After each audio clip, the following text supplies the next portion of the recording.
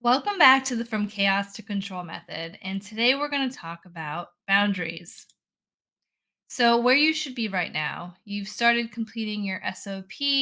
Now, this will be a living document, so it will never be completely done, but you have a good chunk of it done already.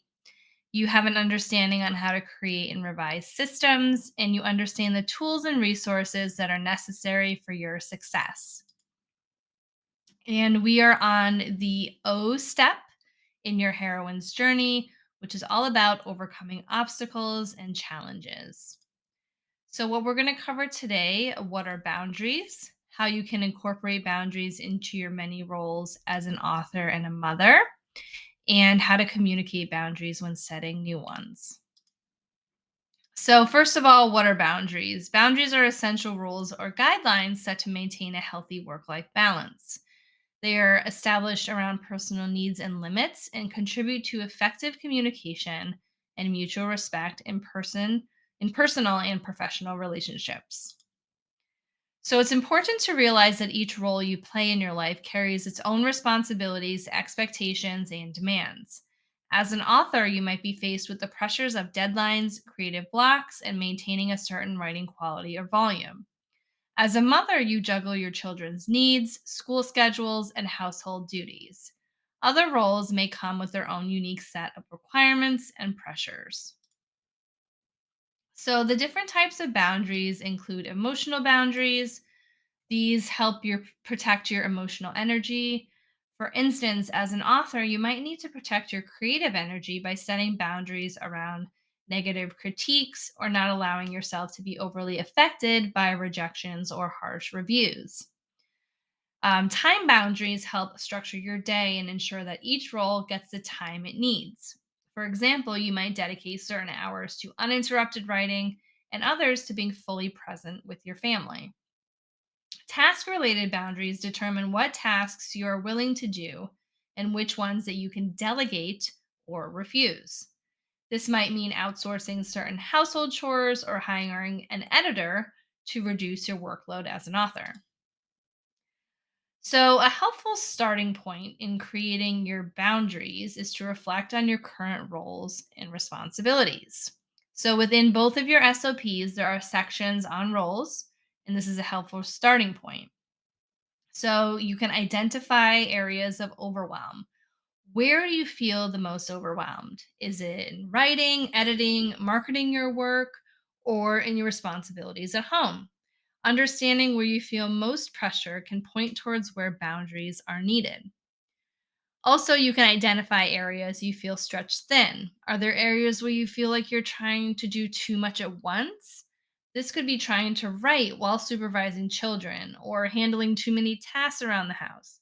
Identifying these can help you establish task related boundaries. And the next is identify areas of dissatisfaction.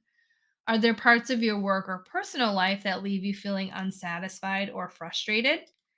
Maybe you're spending too much time on tasks you don't enjoy, or you're not getting enough time for self care or personal hobbies.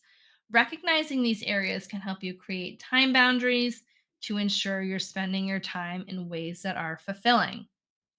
After reflecting on these different points, make a list of potential boundaries that could help alleviate these challenges. Remember, the goal of setting these boundaries is to bring more balance, joy, and satisfaction to your life. So, setting boundaries is essential to maintaining your writing goals and parenting responsibilities. To create boundaries, communication is key. This could be sharing your work hours with your family or agreeing on quiet hours for writing. Physical cues like a closed door or headphones can also signal that you're in work mode and should not be disturbed unless absolutely necessary. So, in your role as an author, you'll likely need periods of uninterrupted time for writing, brainstorming, and conducting research. This creative time is valuable and needs to be protected from other demands. Setting a clear communication boundary, such as I am available for discussions and meetings after 2 p.m., as my mornings are dedicated to writing, can help others understand and respect your creative space. So, in your role as author, as editor, Being your own editor means you're responsible for refining and polishing your manuscript.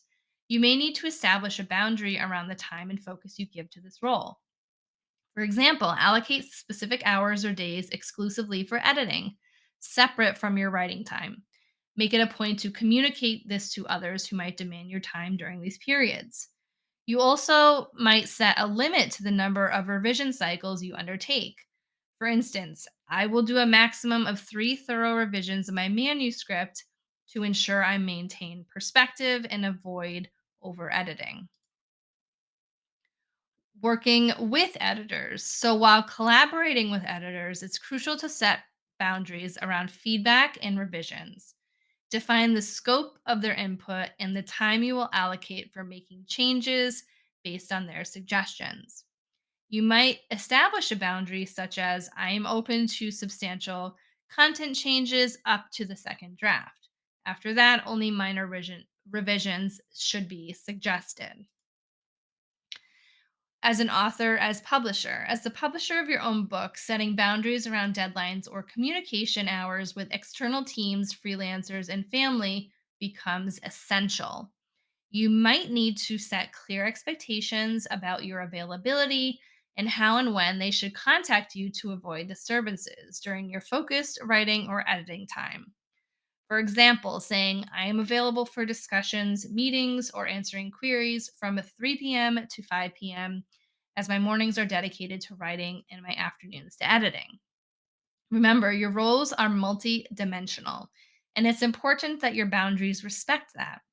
Setting these limits is not to deter collaboration or come off as aloof, but to ensure a harmonious workflow where your time and effort are respected. So, working with publishers as an author. Engaging with publishers comes with its own set of boundaries, often around deadlines or communication hours. For example, you could express your boundary as I appreciate at least 4 weeks' notice for major deadlines to ensure I can deliver my best work. And these types of communications really should be brought up in the contract stage just so that everyone understands what is needed. Also, you might want to clarify the best times and methods for communication to avoid disrupting your writing process. Role as a mother. As a mother, you may want to set aside uninterrupted time for family activities for each child individually or for self care. These could be daily or weekly periods where you focus solely on your family or yourself. Household members. With other household members, you could establish rules about shared household chores, quiet hours, or spaces in the house that are reserved for your work. External support. With external support, such as relatives, friends, or hired help, it's important to clarify when and how they can best support you. This might involve scheduling regular help, establishing backup plans, or simply expressing your needs and preferences. Evaluating and adapting boundaries. It's important to note that boundaries aren't rigid walls, but flexible structures that should change and evolve with your needs, circumstances, and the growth of your author business. Therefore, it is essential to regularly evaluate their effectiveness and make necessary adjustments. Perhaps some boundaries are too strict, causing unnecessary stress or a feeling of confinement.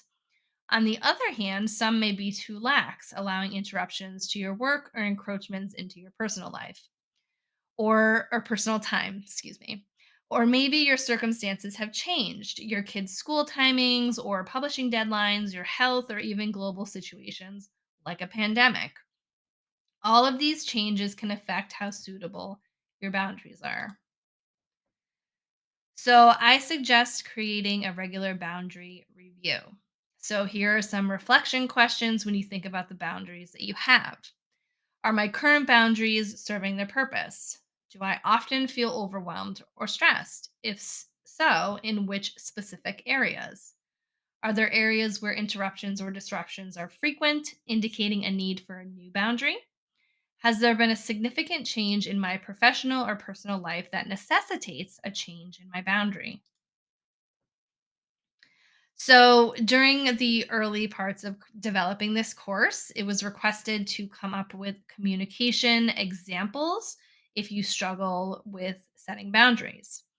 So, in terms of a template, so be open about the activity or task, for instance, a morning yoga practice, writing, or editing with the person you're trying to set the boundary with. Also, note your reason why this is essential, whether it's for stress management, focus on writing, meeting deadlines, etc. You want to specify the time, for instance, every morning before the kids wake up, during the day when the kids are at school or taking a nap.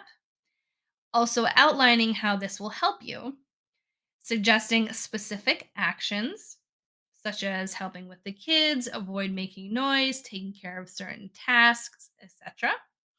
And be able to show your appreciation and willingness to compromise. So I have a couple examples here. So this is that morning yoga practice. So you were talking to a spouse or someone else in your house. I wanted to let you know that I've started a morning yoga practice to help me manage my stress and focus on my writing. I'm going to be doing this for 30 minutes every morning before the kids wake up, so I'll need some quiet time and space to myself. Would it be possible for you to help me with the kids during this time or to avoid making noise or interruptions until I'm done? Another example, I have a deadline coming up for my next book and I need some uninterrupted time to focus on my writing. I've scheduled some writing time during the day when the kids are at school or taking a nap, so I'll need your help with some household tasks during that time. Would you be able to take care of the dishes or laundry or take the kids out for a walk during this time? I've been feeling a bit burnt out lately, and I need to prioritize some rest and relaxation time for my well being. I've scheduled a weekly rest day on Sundays, and I'll need your help with some household tasks and childcare responsibilities during this time. Would you be able to take care of the kids and meals or help with some cleaning or laundry during this time? Now, there are a couple of challenges when it comes to setting boundaries, and one of them is guilt. So, you may feel guilty or ashamed when setting boundaries with your family and friends, especially if you're used to and they're used to prioritizing their needs over your own. So, to overcome this, try to reframe your mindset and prioritize your well being as a legitimate need. Also, setting boundaries can benefit your loved ones in the long run by helping you manage your stress and productivity. Another challenge can be resistance. You may face resistance or pushback from your family and friends when setting boundaries, especially if they're not used to this type of communication. To overcome this, try to be clear and consistent in your boundary setting and communicate your needs and priorities in a respectful and assertive manner. You can seek support from a therapist, mentor, or support group if necessary. And remember that you deserve to prioritize your own needs and goals as well. Another challenge is competition for time. So you may struggle with boundary setting, especially if you're dealing with competing priorities to other people in your household. To overcome this, try to be flexible and adaptable in your boundary setting and communicate any changes or adjustments to your family and friends in advance. Now, boundaries are not set in stone, and you can adjust them as needed to balance your writing and parenting responsibilities. Welcome back to the From Chaos to Control method. Today, we're going to talk about goal setting and your author business plan. So, just as a reminder, we are on the O step of your heroine's journey, overcoming obstacles and challenges.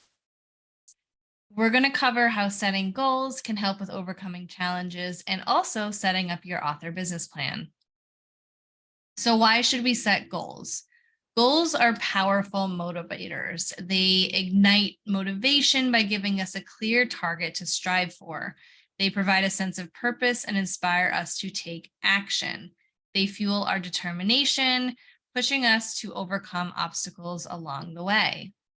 And goals give us a reason to push forward when faced with challenges. They create a sense of urgency and commitment to overcoming obstacles. They remind us of the rewards and benefits waiting on the other side of the challenges. Goals also provide a roadmap guiding our actions and decision making. They help us prioritize tasks and allocate resources effectively. They also prevent us from getting distracted or losing sight of the ultimate objective. So here are some examples of types of goals when it comes to publishing. So finish writing a manuscript within a specific time frame, securing a literary agent or publisher for your book, self-publish a book, self-publish a book and achieve a specific number of sales, build a strong author platform through social media and other channels, and attend a specific number of book events or signings to promote your work. So, some examples of life goals: improve your mental or physical health through self care practices, use your writing to make a positive impact on others, expanding your knowledge and skills, and embracing new experiences that contribute to your personal your personal growth and well being. And dedicate quality time to your loved ones, create meaningful memories, and be present. Now that we have a better understanding of the different types of goals that you have, let's dive into how to set effective goals using the SMART framework. This will help you break down your goals into smaller, more manageable steps and stay motivated and accountable as you work toward achieving them. So, SMART goals, if you don't know, are specific, measurable, achievable, relevant, and time bound. So, when it comes to specific, the goal should be clear and specific. The goal should have a specific metric or measurement for tracking. The goal should be realistic and attainable, and you have to consider your resources, time, and skills. And the goal should be relevant to your overall vision and purpose and align with your values and priorities. And also, the goal should have a specific deadline or timeline for completion. So, for an example, finish writing the first draft of your novel in the next 6 months is a goal that you want to achieve. So, in terms of being specific, you're clearly defining what finishing the first draft of your novel entails. You can specify the word count, the storyline, and other details that define the completion of the first draft. Measurable: set a measurable target to track your progress. For example, determine the total word count of your novel and set specific milestones to achieve within the next month or week. Achievable: assess the feasibility of completing the first draft within the given timeline. Consider your available time, commitments, and other responsibilities to ensure that the goal is realistically achievable. And relevant: determine the relevance of finishing the first draft of your novel to your overall objectives and aspirations as a writer. Consider the impact it will have on your writing career or personal growth. And in terms of time bound, set a specific deadline, and this is the 6 months, to create a sense of urgency and establish a clear time frame for completing the first draft. And breaking down the timeline into smaller milestones will help keep track of your progress.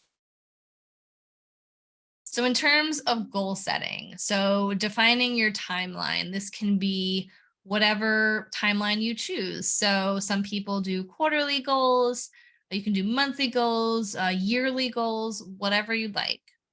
And then next, we want to break down the goal into all actionable steps and or tasks using realistic expectations of your time.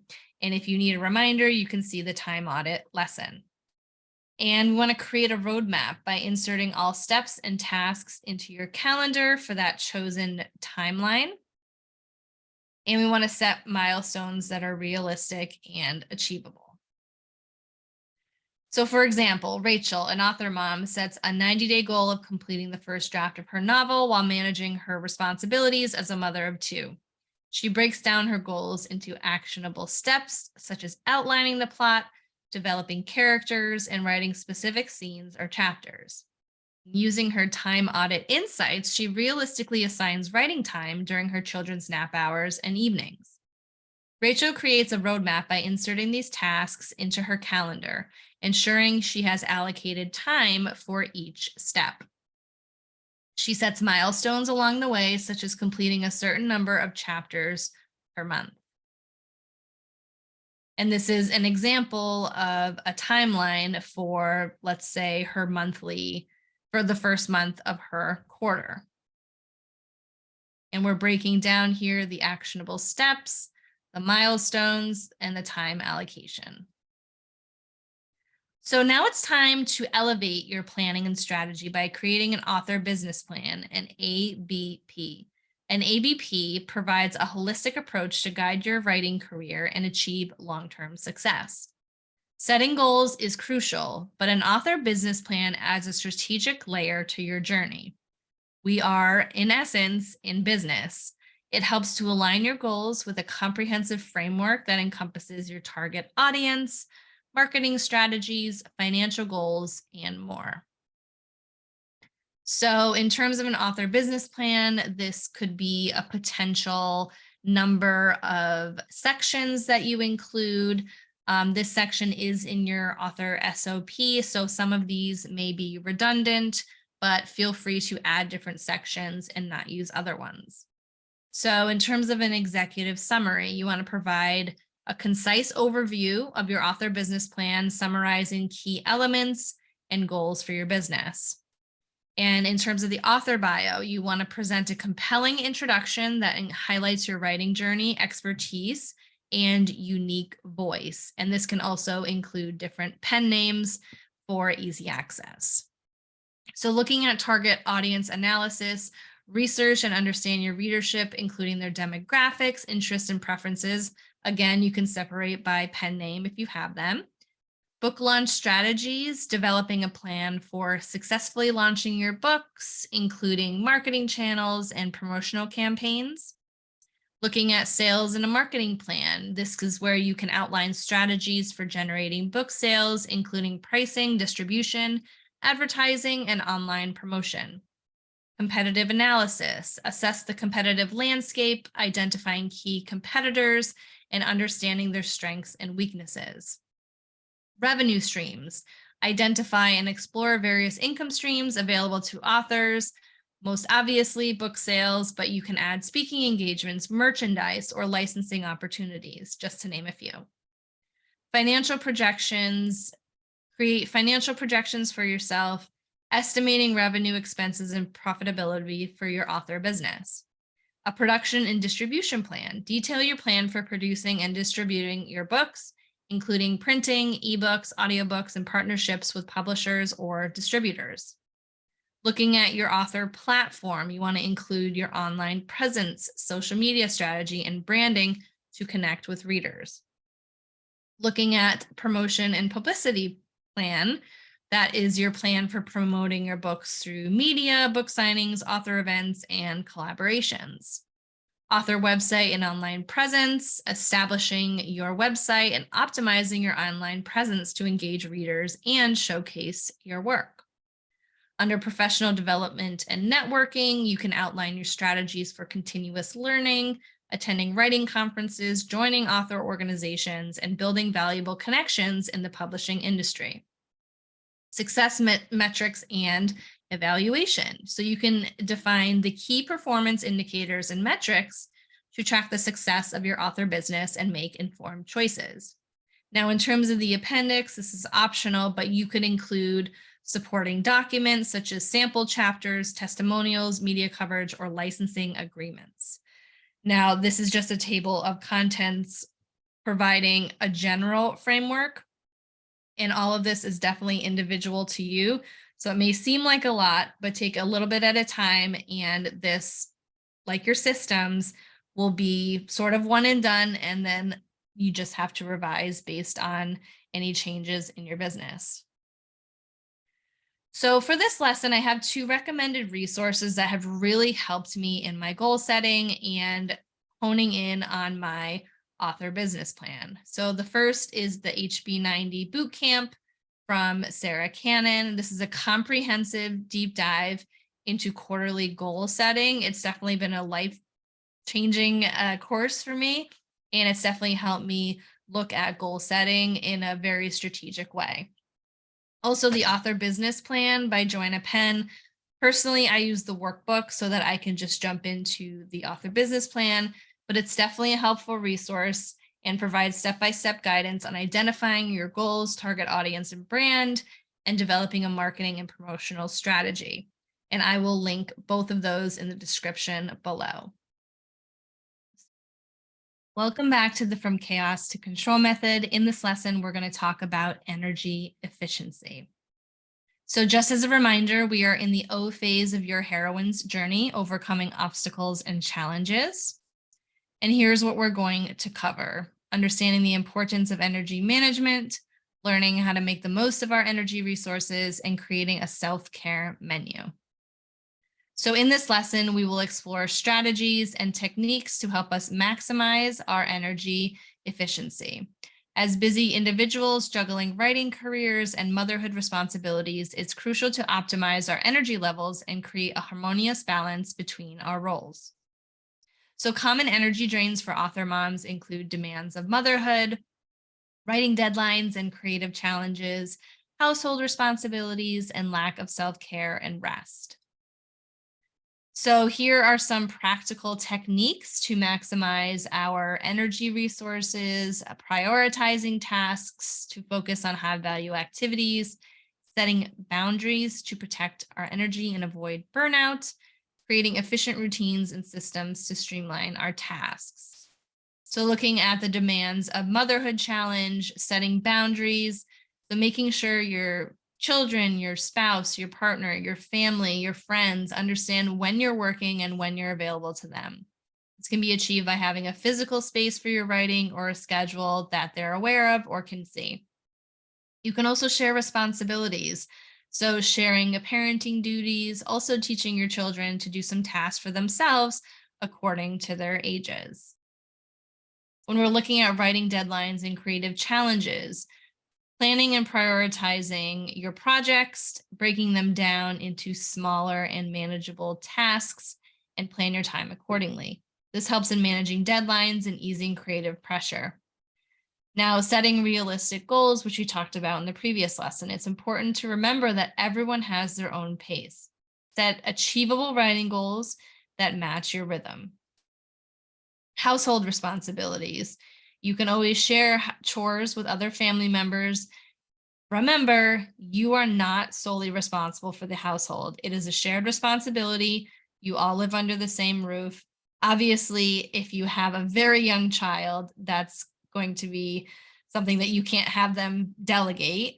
But with older children and spouses and partners, they are sharing the house, so they share the responsibility. You could also hire help. So if possible, consider hiring help for some tasks. So this could be a cleaner, a gardener, even a meal prep service. And I understand there's cost involved in this. So if you are in the middle of a deadline and you need help for a week or a month, you could even look to hire out for those specific times. I know when I am in deadline mode, I tend to have people cook for me. So I usually do a lot of takeout because I am in charge of meals typically, and I sometimes need that help. So lack of self-care and rest. So prioritizing self-care is so important. Scheduling these self-care activities, just like any other appointment, is going to keep you out of the empty well syndrome. Keeping a healthy sleep routine can significantly, or sleep deprivation can significantly impact your productivity and creativity. Try to establish a regular, healthy sleep routine. And also diet and exercise. Eating a balanced diet and ensuring regular exercise can have a massive impact on your energy levels. So remember, while it's great to be productive and achieve your goals, you should not do this at the expense of your health and well-being. As I said before, you can't pour from an empty cup, so make sure you take care of yourself too. So managing your energy levels and productivity is key to achieving your writing and publishing goals. It's important to identify your peak productivity times and manage your energy levels accordingly. So peak productivity times are those times of day that you feel most alert and focused. Now, noting your energy levels throughout the day and observing when you tend to be most productive is important, because you can use that information to schedule your most important and demanding tasks during your peak productivity time. Now, some focus tips during peak productivity using the Pomodoro technique. So, this involves working in focus bursts of 25 minutes, followed by a 5-minute break. And typically, after four Pomodoros, you would take a longer break. Body doubling, which I've mentioned previously, involves working alongside someone else, either in person or virtually, to provide accountability and support. And using a timer or app can help you stay on track and manage your time effectively. Now, it's important to remember that not all of your work can be done during your peak productivity times. There will be times when you need to work during non peak productivity times, such as early morning or late at night. So, some practical tips for staying productive during those times are prioritizing tasks that don't require as much mental energy, such as administrative work or research, using tools such as music or ambient noise to help you focus, and also avoiding distractions such as social media or email during these times. Now, part of your mission task for this week is an energy journal. So we're going to track energy levels for about a week to identify your highest and lowest peaks of energy. Once you've done that, you can use the data to identify patterns and make adjustments to your routines. For example, if you notice that your energy levels are consistently low in the afternoons, you may want to schedule less demanding tasks during that time. And as most of you in this course probably are in hormonal cycles that fluctuate, I would recommend looking at different times of the month as well when it comes to energy levels too. So, a self care menu can be a powerful tool to combat stress and overwhelm. So, here's how you can create one: listing self care activities. So, everyone's self care menu is unique to their own needs and preferences. So, I suggest listing activities that make you feel relaxed, happy, and recharged. These could be anything from reading a book, taking a walk, doing yoga, painting, or even taking a bath. And understanding the time duration for each activity. So, some activities might be quick, like 5 minutes for deep breathing exercises, while others might be longer, like a 60-minute yoga session. And then we want to categorize these activities based on time. So, after you have a list of your activities and their time duration, you should categorize them based on the time needed. Because I know when I need some self care, my decision fatigue comes in. And in that case, you can refer to the self care menu and pick the activity based on the amount of time you have available. So, these are just some examples of different self care activities. And remember, this is not a one size fits all strategy. So, everyone's menu will look different based on your needs. The key is to make it easily accessible and full of activities you actually enjoy. So, as I mentioned, for the mission task, I want you to complete an energy journal and audit this week. Create a self care menu for yourself. Once the above is complete, you can move on to the next module.